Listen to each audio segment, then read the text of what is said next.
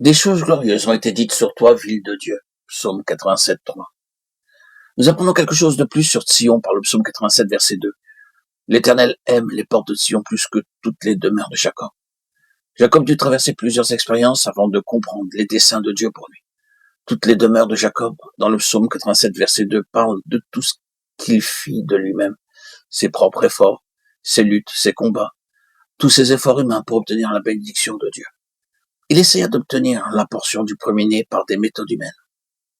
Les portes de Sion, l'amour de Dieu est pour Sion. L'Écriture dit, l'Éternel aime les portes de Sion.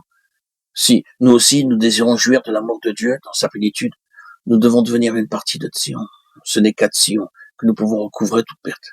Ainsi le Seigneur désire attirer continuellement notre attention vers Sion. Melchisédek, roi de Salem, fit apporter du pain et du vin. Il était sacrificateur du Dieu très haut. Il bénit Abraham et dit, béni soit Abraham par le Dieu très haut, maître du ciel et de la terre. Genèse 14, 18, 19. Ceci est la première référence à Sion dans la parole de Dieu. Le mot Salem signifie paix, et Salem ou Jérusalem est la cité de paix. Pour qu'Abraham ne soit pas séduit par le roi de Sodome, Dieu lui envoya Melchisédek, le roi de Salem, et le sacrificateur du Dieu très haut, pour le bénir. Lorsque le roi de Sodome proposa toutes les richesses, Abraham refusa de recevoir même un cordon de soulier. Comment Abraham obtint-il une telle foi? De Sion était sorti Melchisédek, le sacrificateur du Dieu très haut. Et Abraham reçut de lui la véritable bénédiction, car Melchisédek le bénit au nom de Dieu, du Dieu très haut, possesseur des cieux et de la terre. L'Éternel l'a juré, et il ne s'en retira point. Tu es sacrificateur pour toujours, à la manière de Melchisédek. Psaume 110, 4.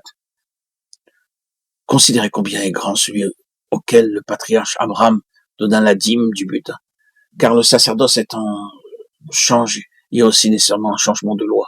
Hébreux 7, 4 et 12. Non seulement Melchisédek bénit Abraham, mais il lui apporta aussi de la nourriture provenant de Sion.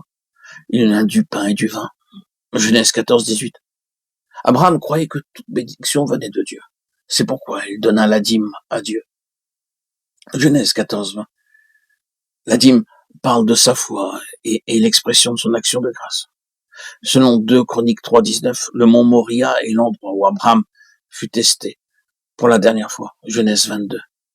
Dieu apparut 10 fois à Abraham. Il lui apparut pour la 10e fois au mont Moria. Il dut être testé par 10 fois pour devenir l'ami de Dieu.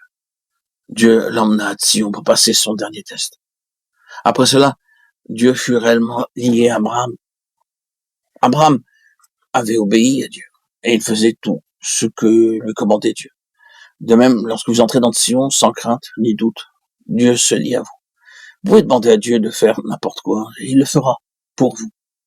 Est-ce qu'un homme peut nous en donner autant? Ne vous tenez pas éloigné de la maison de Dieu, ne la méprisez pas. L'homme ne peut rien, Dieu peut tout. Ne méprisez pas la communion des saints de Dieu, mais prenez votre pleine part dans la maison de Dieu, alors vous recouvrerez certainement toute perte. Ces 2 leçons de la vie d'Abraham sont très importantes à apprendre. Honorez Dieu par votre moyen de subsistance et reconnaissez que Dieu seul peut vous bénir.